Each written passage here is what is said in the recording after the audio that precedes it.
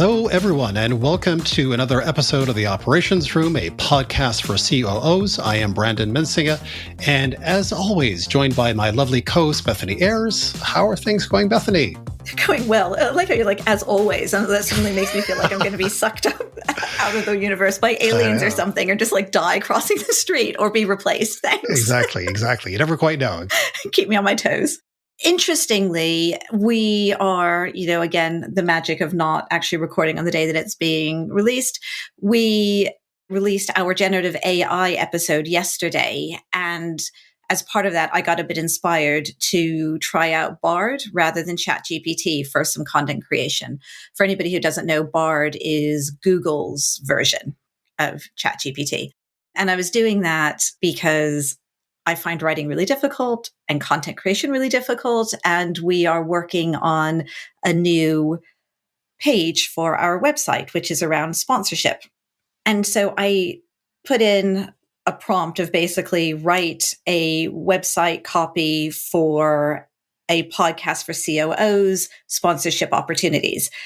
And what it produced, not only was it like a complete set of content, including all of our packages and definitions of all of the packages, which I was like, oh, great, we don't have to think about this anymore. Prepackaged, I love it. Prepackaged. But it also knew to call it the operations room, had our tagline and a lot of our verbiage, which ChatGPT doesn't. And so I'm assuming that Google, because we use Google Docs, was just taking all of our internal content and using that as part of the generative AI, which in one way, awesome. It makes it much more tailored to us, but also, I guess, using it everywhere else. Yeah, that's amazing, isn't it? As content creators, whatever we generate is being consumed by these algorithms and being spat back to us. I mean, it's pretty incredible when you think about it. So I can imagine all the podcasts that we create, all the documents we create related to the podcast, somehow it's going to suck all this stuff up. And from a privacy or whatever you want to call it, confidentiality standpoint, I feel like there is none anymore. It's just like it's being consumed and used for purposes. I think basically there's no more privacy. It's just hiding in data. So we have a super interesting and inspiring talk today, which is systemizing radical candor for an organization. Can it actually be done? And we've tracked down one single individual in the UK who has actually tried. His name is Mr. Ben Gateley from CharlieHR, and we'll be talking to him in a few minutes. But before we get to that, Bethany, I just wanted to roll through a couple thoughts here related to radical candor. And the first one is this, which is, as we know, giving feedback is very stressful and can be very difficult for individuals, in particular if it's negative feedback. And a lot of people have a lot of fear around this. And this is why feedback or continuous feedback continues to be a challenge for individuals and for organizations at large. And a lot of this, I think, is premised around this question of vulnerability, because to receive feedback and to hear what somebody is telling you and to also give feedback in a way that you can actually have the trust there and have a relationship whereby that person can hear you and have the courage to do so requires this core element of vulnerability. What's your take on that? Before I answer that question, I just have to share a story that you talking reminded me of early in my career. So I was at New Voice Media and I had been there, I don't know, maybe 3 months, maybe 6 months. And we were subjected to 360 reviews. Not entirely sure why. There was not a lot of trust in the organization yet. It wasn't explained why we were doing 360 reviews. And I ended up being the first one to receive feedback. It reminds me of how far I've come on my own personal journey and to have a bit more empathy for people who are earlier in the emotional resilience category. I can't remember, but it was like a scale of, let's say, 1 to 5. And it was all these different elements. And I was in my early 30s. So I wasn't young, but I was still in that need straight A's kind of mindset. And anything less than a 5 was a failure. And I was really quite nervous about having the feedback. And there was my mentor in the room and the CEO. And we got to like question number 3. And it was, how strong is my commercial acumen? And I think I got a 4, or maybe heaven forbid a 3. And I just started like crying. And I wasn't sobbing, but there were just tears and it was horrible. And we went through the rest of the feedback and I just cried throughout the entire set of feedback on anything where I didn't get a 5. And like the feedback for the three, because I had decided that I was really good at commercial acumen. And the CFO who gave me the feedback, although somehow it's 360 and anonymous, but I still knew it was him. I don't remember the whole process. That's always the case in 360 feedback. You always end up knowing you can reverse engineer it to the individual. And he gave me a lower score because like he didn't think I negotiated a contract particularly well. But my definition of commercial acumen was the fact that I had completely redone our pricing, doubled it, and sold more. And I thought I had great commercial acumen. So anyhow, I guess I would not cry throughout that entire feedback process anymore is point one. Like I have a lot more emotional resilience and I can understand that I'm not perfect at everything. And if I'm not perfect at something doesn't mean I should be banished to hell. But at that point in my life, totally believed that. And then secondly, I think there's some lessons in like how to give feedback and the things that you should do for a 360 review, like contextualize it. Make sure that we're all speaking the same language, know what we're trying to get out of the 360 review before we go into it. And maybe not have like the two most important people in somebody's life there on one side of the desk while you're on the other. Completely agree with all of that. A lot of my attitude towards feedback, and I think I referenced this back to a previous episode that we'd done. Initially, in my career, I rejected a lot, thought a lot of it didn't make sense for all sorts of reasons, a lot of self-rationalizing in a way. And I think as I've gotten older, I've come to realize that that feedback is gold in a lot of ways, and I've been much more embracing year by year of that. And every time I've gotten negative feedback or critical feedback, and I've really saw it for what it is, objectively as I possibly can, and I act on it, probably which is the most important thing, I become a better version of myself and I become a better leader because of it. And sometimes it's painful to go through, but ultimately when you come through the other side, if you act on it and take it seriously, you can really build a leadership set of skills that otherwise would never happen. Absolutely. Like I think that giving feedback is the greatest gift you can give to somebody else. Yeah, no, I agree. So actually, that's a good segue, which is I want to walk through one by one rules of thumb that are out there. And I just want to get your take on each of these rules of thumb. So the first one is this idea of praising publicly and criticizing privately. What's your take on axiom number one? So this is an interesting one for me because I mostly agree, but not 100% agree. So praising publicly, nobody's going to say no to that. I also think it's important to praise privately because oftentimes the things that you might be praising or giving feedback on privately are not publicly exciting, but still could be very valuable.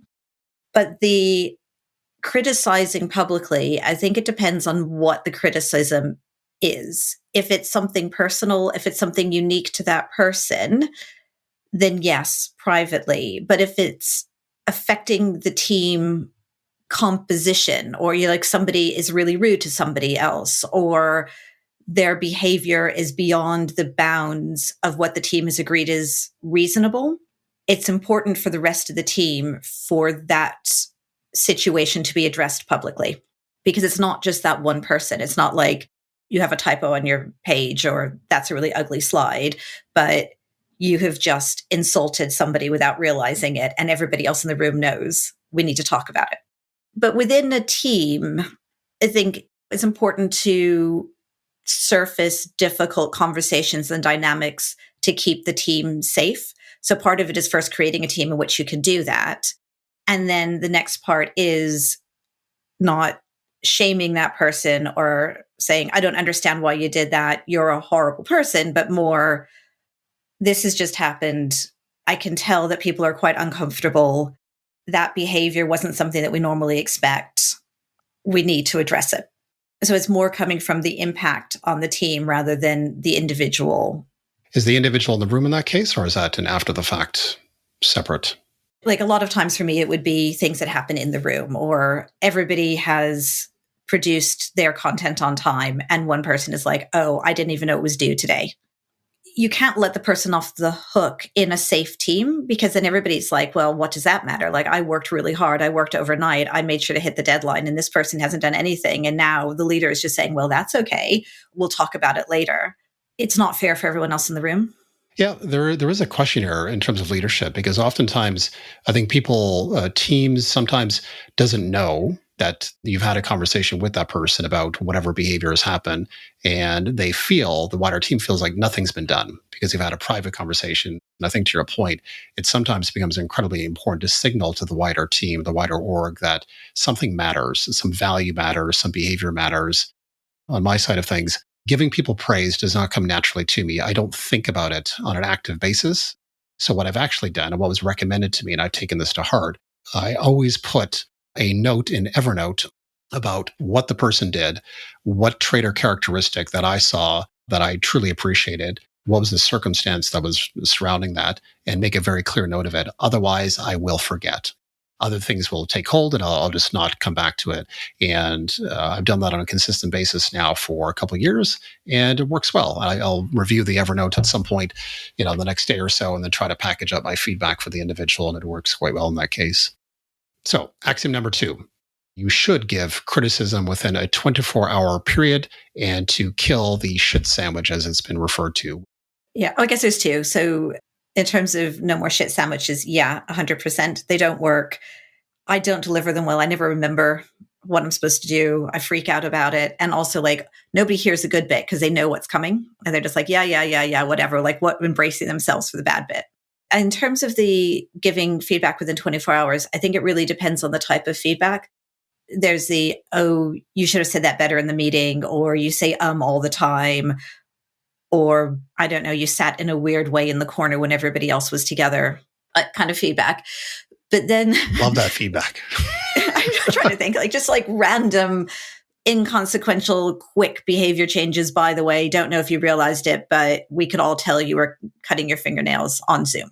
But where I find it's worthwhile to wait on feedback is the meaningful feedback. And that's just because I tend to observe and notice something that's happening, and then maybe notice that behavior showing up in multiple ways and address it in a one-to-one where I have thought it through and able to give multiple examples and just be really curious around it. Whereas I feel like the quick feedback, there's not a huge amount of space, making the space to talk about it.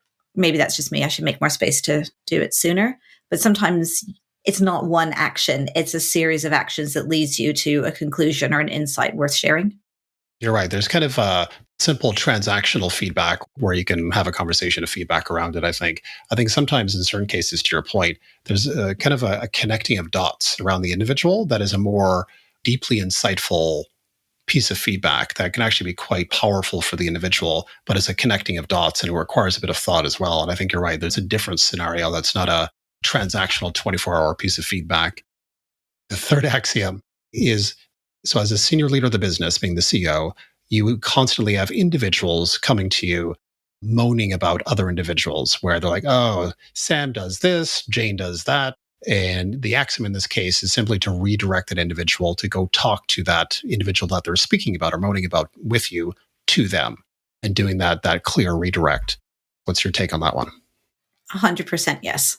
It gets you out of just situations you don't need to be part of, but also it makes sure that everybody starts to learn how to give feedback. And it's not like, you're the brash American. You do all of my talking for me.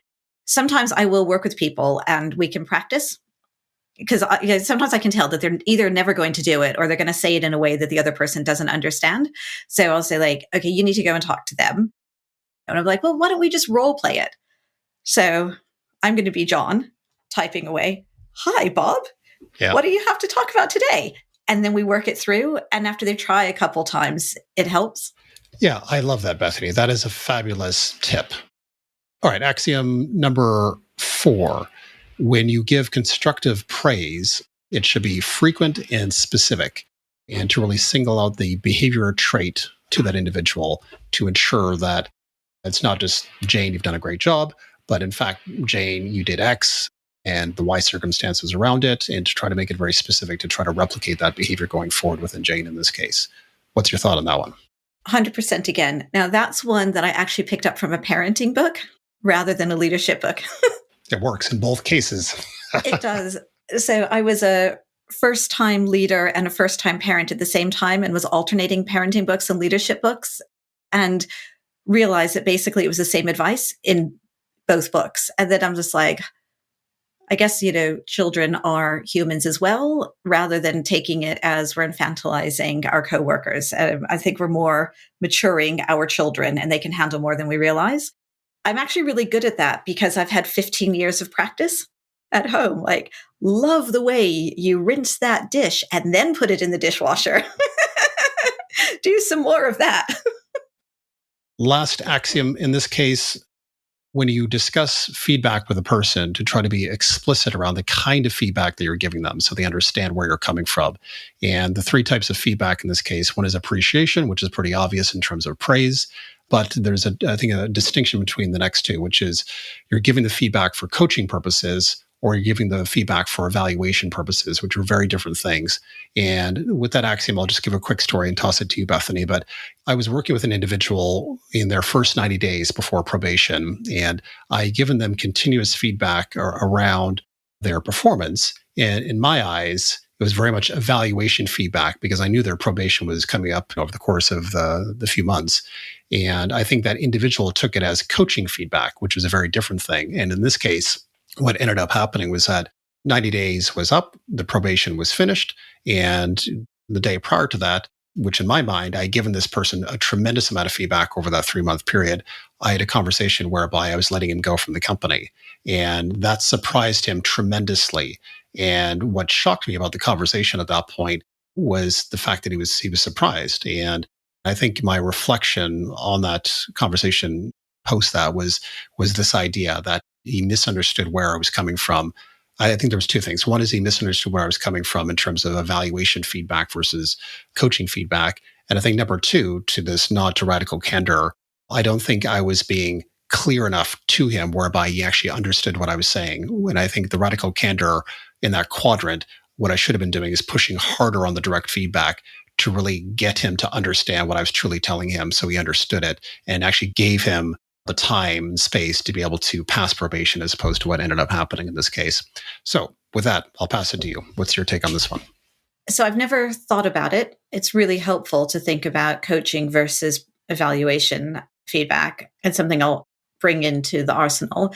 I think I do it quite often subconsciously, or maybe it's around like things to consider versus areas to address. And also maybe the context of like, okay, here's your performance review, or we're talking about your performance in the last month. These are the issues that I saw, and this is what we're talking about, versus you're very ambitious. You want to move into a new role. These are some of the things that are holding you back. But I really like naming it quite clearly like that. I have a question for you, Brandon. So best practice is, I think, you've been doing more research on this than I have, but this is best practice I have heard in the past, is that before giving feedback, you should ask if somebody would like feedback. Yes. That is a great axiom. Do you remember to do that? It is a good point. No, I don't. Wish I could say, oh, good. It's not just me.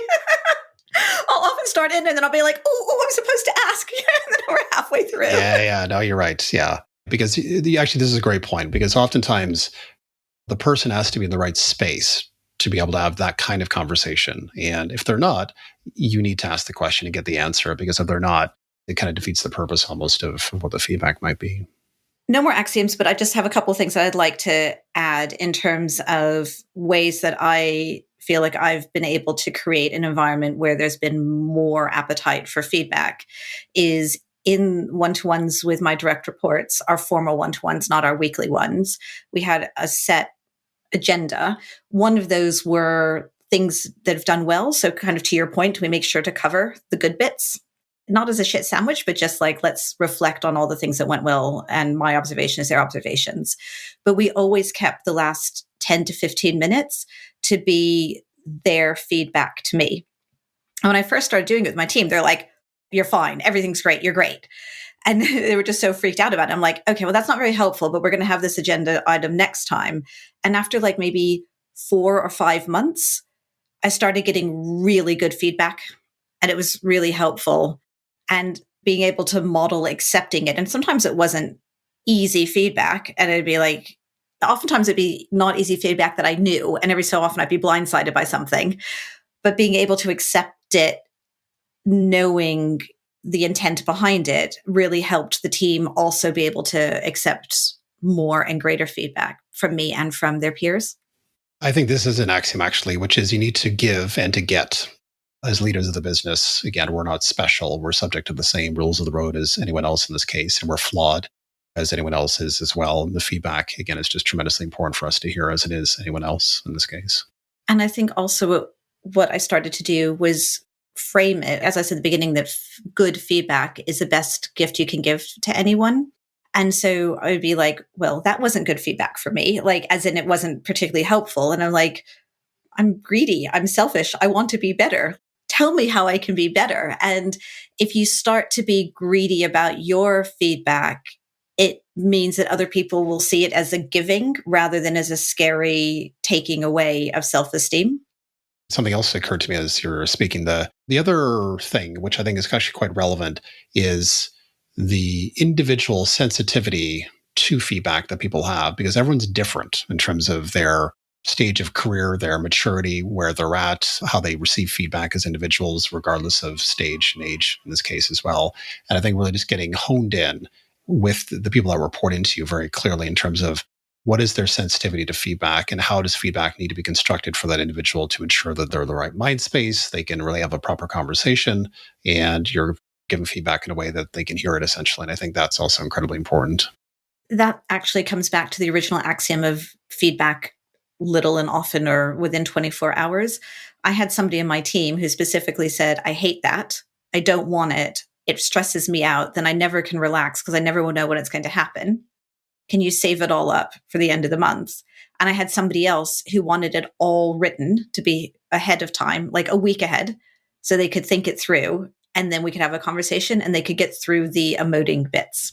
Yeah, I love that, because literally as you were saying that, I would have no inclination whatsoever that that was the case with them. As a line manager, I'd be like, Brandon gives feedback, and the way that I give feedback, everyone gets the same treatment. And to your point, that is not a good idea. It really should be fit for purpose for the individual, because that's where it matters. So whether they want written feedback, saved up feedback for a time period or whatever, I think really getting honed in on those individuals and what they need in that case is incredibly useful. And actually, I had one person who was like, I don't want you to approach me, but I will come to you and I will ask for feedback when I'm ready. And I loved that. Like, I wish everybody could do that. That's my favorite. That's a great one. Yeah. Oh, I love this. Yes. I feel like I'm like I'm back in the zone here. I've had to give feedback in a way that actually makes sense. So with that, we are now geared up for our conversation with Ben Gateley and to talk about systematizing radical candor for an organization. So let's do that. I'm delighted to welcome Ben Gateley to the podcast today. Ben is the co-founder of CharlieHR. He was originally the COO and a few years ago became CEO. And what we're really keen to talk to him today about is radical candor. So first of all, Ben, welcome to the podcast. Thank you so much for having me, guys. Yeah, really, really excited to be here. I think the first question, particularly for Americans, I don't know, Brandon, I might link you into this and call it North Americans, although Canadians are known to be slightly nicer than Americans. What made you decide to try out radical candor in what I consider the most passive aggressive and conflict avoidant culture I've ever had to deal with? Cool. So maybe the best thing to frame for the listeners is kind of like when we talk about radical candor, like what do we actually mean by that? There might be people listening that think, what is radical candor? Is it some kind of weird cult? It's a term that I guess was coined by an author, wonderful lady called Kim Scott. She thinks about this idea of feedback across a matrix or a vector of two things: how direct we are with someone and how much we care about them. And Kim's thesis is that you're able to deliver the most valuable, life-affirming, growth-empowering feedback to a person if you care personally about that individual and are incredibly direct with how you deliver that feedback. And that's what radical candor is. It is not aggressive. It is not when I don't care about the person and actually I just want to say to them, hey, Brandon, I think you did an awful job. It's actually, I want to make Brandon better. I really care about him and the way that he's growing and developing in this organization. And so I also want to be really direct about how we can improve. So if we care personally and we're very direct, we do that together, we can deliver this really impactful style and type of feedback. But what made you decide? I think that in the UK, we're very bad at giving feedback, particularly direct feedback. And I would say that getting good and honest perspective from people about the way that you're performing, often the things that you don't know you're doing, the unknown unknowns, the things that we don't know about ourselves, the things that we're unaware of, is the stuff that can have the greatest impact on your ability to thrive. And I would say that both personally and in the workplace. Radical Candor as a book has been a phenomena. People know of Radical Candor as an actual book to be read within the business culture a little bit. And I feel like from an organizational standpoint, I've never seen a company ever implement it across the entire organization. The inspiration to do that, as opposed to anything else you could do in a scale up, because you know this better, Ben, than most, which is in a scale up company, you have all sorts of priorities to get done.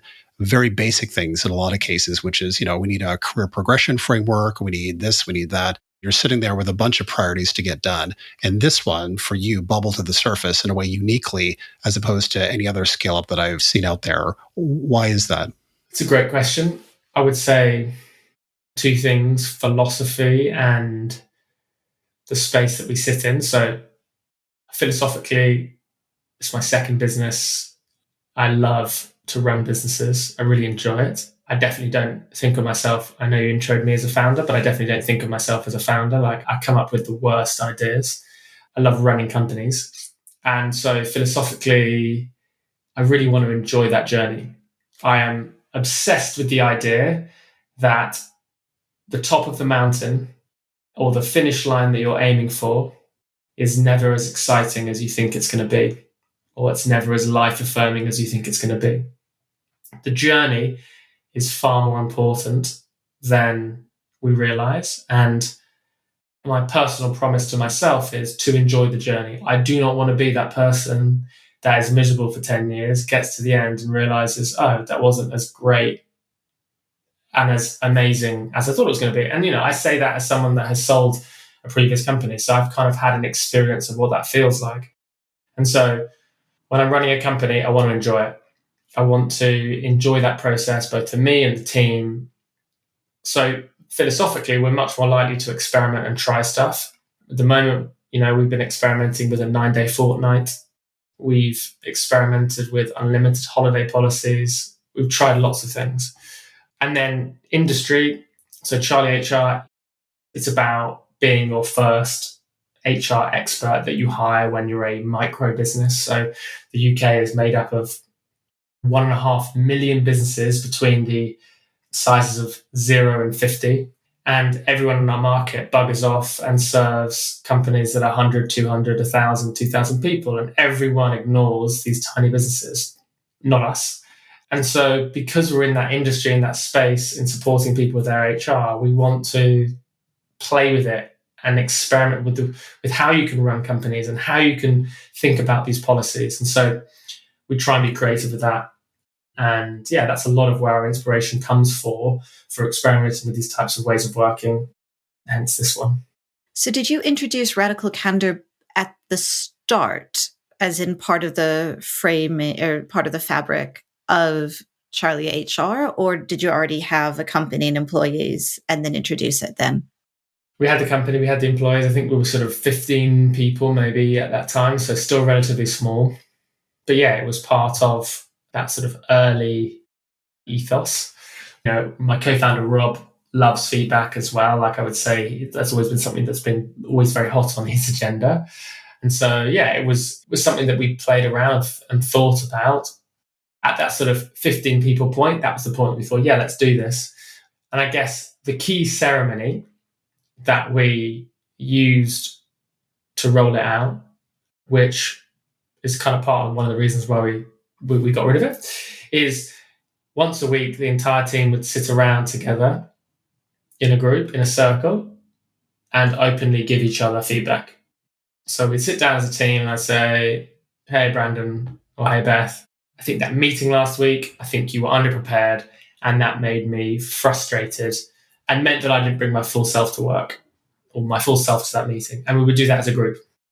So the first question that came to mind is, that's a lot of work for the people giving feedback. Like, you have to think about it all the time, and you have to be like, you're just constantly taking notes of something I actually want to be able to bring up in this circle? Or does it become quite natural that everybody has these things that they observe and are ready to share? Yeah, it's a good question. So, and I guess that this is kind of like my overall conclusion and my general thesis on any business advice is that nothing should ever be taken in its pure form. Yes. OKRs. Sorry, Ben. Just interrupting you there. Yeah. So to communicate effectively an idea, what I need to do is I need to distill it to its simplest components. But we work in a crazy world. Companies are still made up of people, not AI. And the best thing about people is that humans are art, not science. And what I mean by that is they are completely different, completely unique, and they are dynamic in the way that they behave, in the way that they interact. And you can't predict that. And so, yes, if I need to write a book, I need to distill that idea into the simplest possible way so that I can communicate that effectively to you. But nothing should ever be taken in its pure form because it doesn't work like that. And so, every example where we've taken something and tried to apply it in a pure sense, it's not really worked because people have bad days and people turn up grouchy and people forget to do what you've asked of them. And so ultimately that's where these things fall down. Is that sounds like a lovely idea, but very hard to do that effectively well continuously.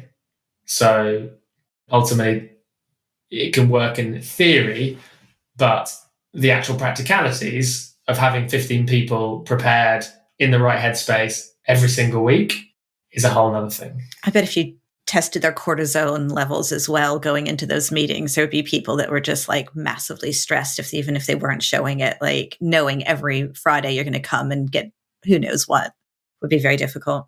100%. And like, your job as a leader, I think, is to understand the system that you're applying to your business, right? Like, what is your operating thesis? What is your style, right? Like, understand that, and then understand how you can apply the people that you have in the business to that system and get the best out of them.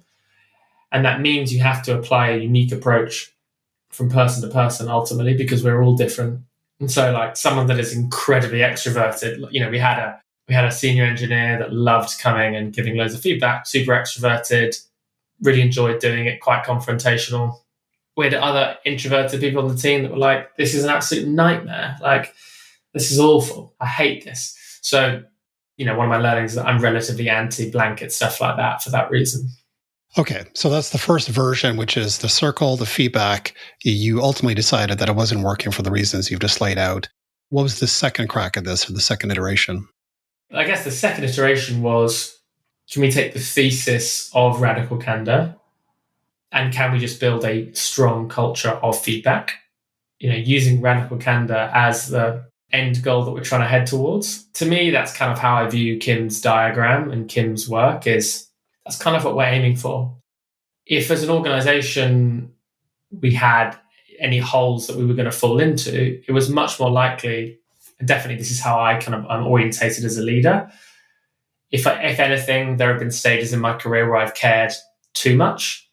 I would say I'm much better at that now, second half of my career versus the first half. But if we look at the diagram that Kim shares, where we have this sort of caring personally axis, I'm kind of at points have been up towards the top of that.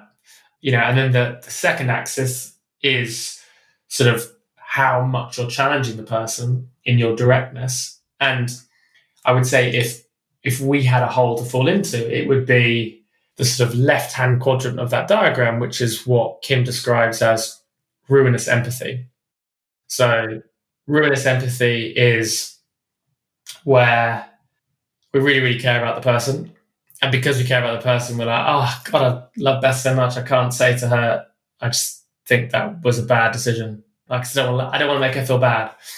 And so I use radical candor. And I would say this is kind of how we operationalized it as a part 2, as something that we're aspiring for, and also a reminder of where you want to and what you want to avoid. Kim tells this amazing story of, it's either her story or it's her manager's story. And I've definitely also stolen this story and like made it my own at some points. But I think the reason I've done that is that we've all experienced this. We've experienced a person that has come to work for you, and the reality is they've probably been quite a strong performer, but they've had a behavior which, either it's like turning up to meetings unprepared or being a bit defensive or whatever it is. It's always the stuff that's in the margins. It's never the like, you cannot sell stuff. It's always this stuff that sits in the margins. But we really like them and they're pretty effective at their job, but we avoid telling them that thing that's really stopping them from becoming like a true superstar. They eventually leave, they go somewhere else, and then they get let go, within the first 3, 6, 9 months, because actually that new employer is like, hey, hold on a second, that's not acceptable.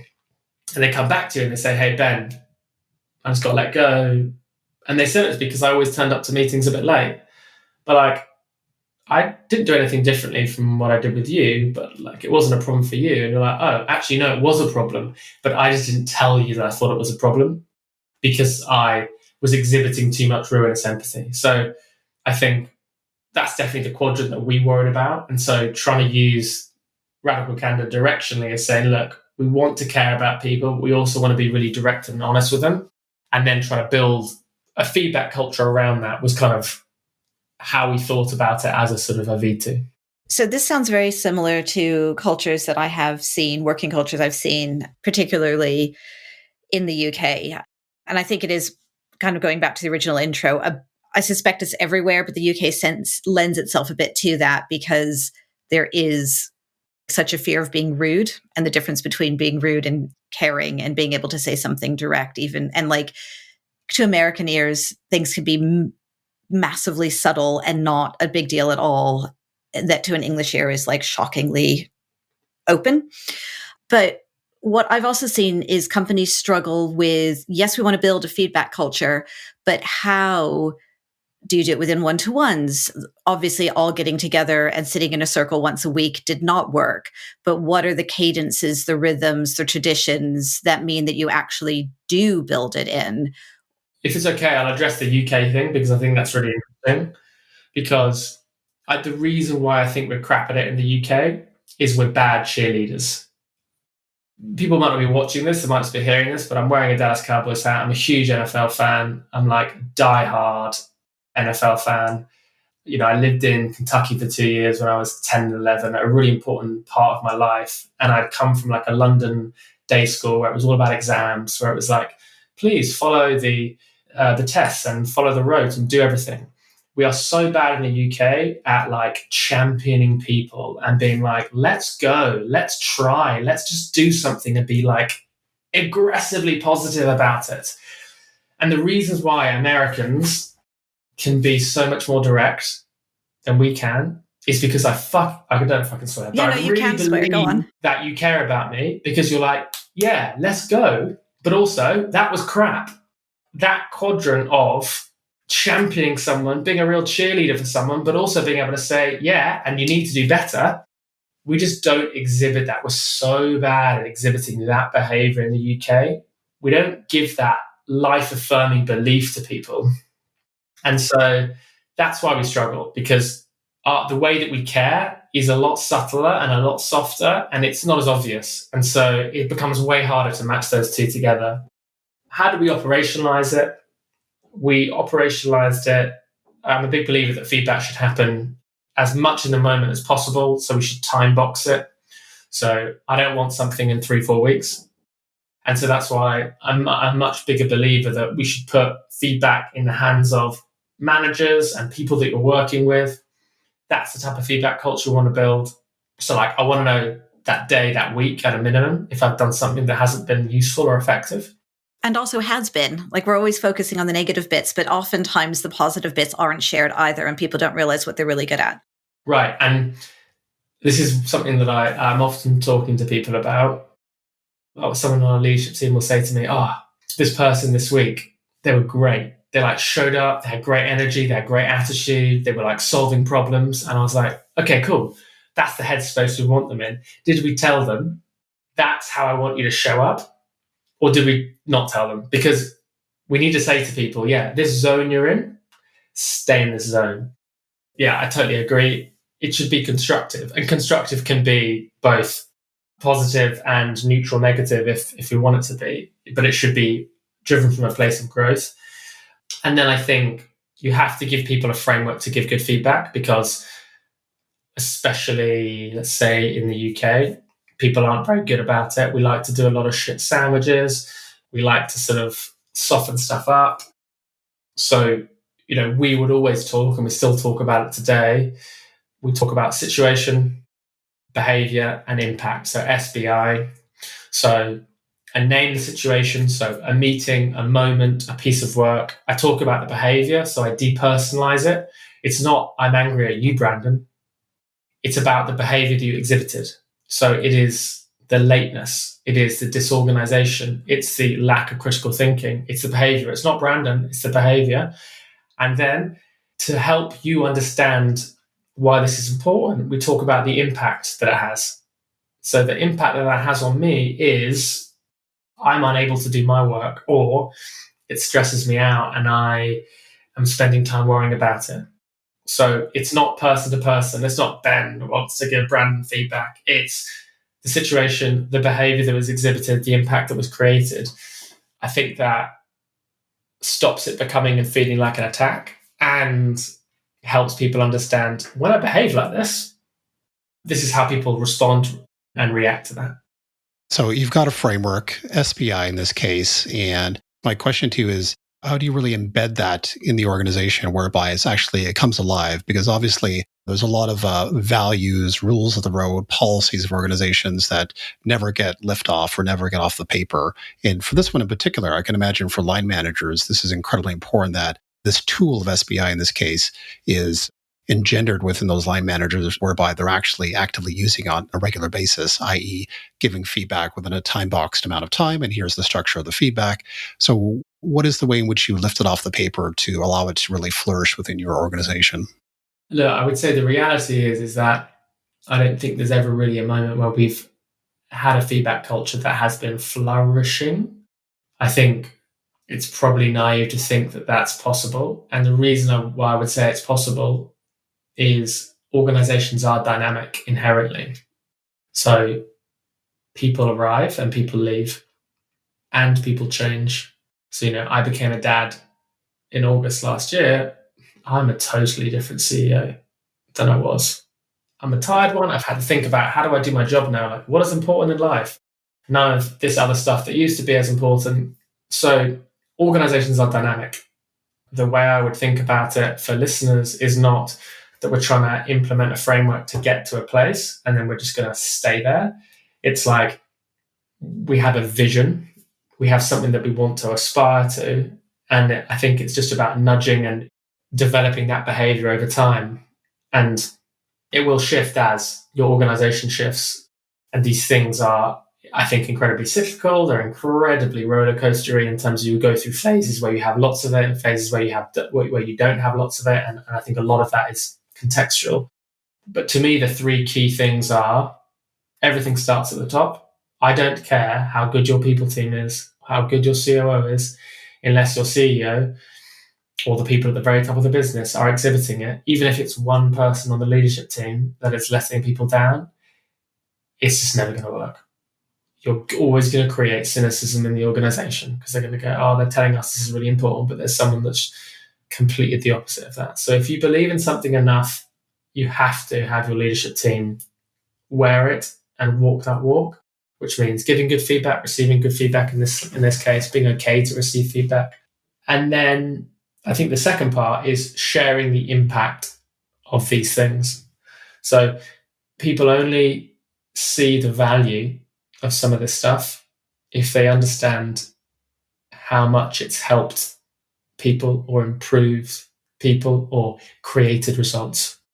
And so it's about, I think, highlighting those in the organization. So, for example, someone sharing a story with their team or one of their line managers, like, I used to do X, Y, and Z. And then I got this really impactful piece of feedback. And it completely changed the way I looked at myself. It completely changed the way that I work. And that's really, really valuable. And so to me, those are the two I think that are really, really important. And then what are CharlieHR's values? I'm just curious, do they underpin or help underpin Radical Candor?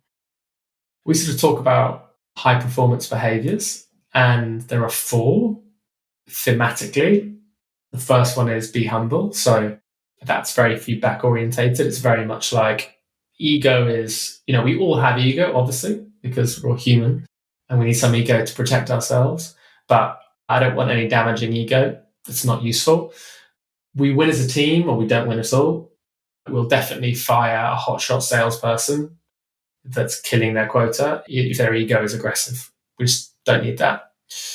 Second is give energy. So life's way too short to work with people that bring bad energy. And this is where good feedback can come from. There's nothing that doesn't make people feel awesome as just saying that was an amazing meeting, but not that was an amazing meeting. That was an amazing meeting when you did this specific thing, that specific thing, and this person reacted that way, rather than you were awesome. I worked with this advisor once who was incredibly direct and gave amazing feedback, super useful feedback, but just made me feel crap about myself. You can give someone the most useful insights in the world, but I truly believe if you want the best out of someone, make them feel amazing and they will run through a wall for you. That's how to do these things. And the third is get uncomfortable. So, we really want people to try and fail stuff. It's a very safe organization. We're not going to call people out for failing. We're more likely to let someone go because they're not taking a risk. So we really want people to put themselves in an uncomfortable situation. The fourth is to be results orientated, not input orientated. So we've all got people in our companies, or we've worked with people that want to show you that they're really busy. Not interested in that. I'm interested in the people that are like, cool, this is what we created. These are the results that we created. How you get there is kind of unique to you. Would you say that it's worthwhile to take radical candor as a concept and to try to systematize it in some form for the organization? Or to your point, is it more simply about leadership, leading by example, and using frameworks like SBI to really show the rest of the organization in terms of, how best to give constructive feedback and really give examples where it's been highly effective as kind of use case examples and demonstrate that to the company in some form? Or what would that set of recommendations be, do you think? So I would say that Kim's framework and her thesis is the single best example, and I think the easiest and simplest example that exists to show the value of true and good feedback. So I would implore everyone to read it, absorb it, and I would use it as a North Star to design your approach for how you build your organizations and how you think about feedback. And Kim would be the first to say that you have to adapt these things to any organization. And so as an inspiration point, it is superb. But I think, we should never take everything at face value, and we should think about how do we take it and turn it into our organization. And my recommendation on all these things is always to just start incredibly small. We all like to run away and write big plans and long documents, but just do something tomorrow. Just like if you're a manager listening, just say to your team, hey, I think we could be better about how we give each other feedback. I'd love everyone to model the behavior. I'd like everyone to give me a piece of feedback next week. But I think start small and do something sooner rather than later, rather than sitting on your hands and writing a big old plan. And waiting for the right moment. It's a bit like having kids. You're just going to have to go and jump in and start doing it. Yeah, 100%. Awesome. So Ben, I'm sure we could keep talking, but we're rapidly running out of time. if there is one thing, either you've said or not said yet, that our listeners could take away with them from our conversation today or from Radical Candor, what would that be? There's probably something that you do that you don't know you do that's holding you back from being the best version of yourself in whatever context that is. And it's absolutely in your best interest to find that out. So set yourself up, set your relationships up with the people around you so that they feel comfortable and okay to kind of start sharing that stuff with you, because it's always going to be useful. It's always going to be helpful. Thank you, Ben. Thank you for joining us on the Operations Room. If you like what you hear, please subscribe or leave us a comment, and we will see you next week.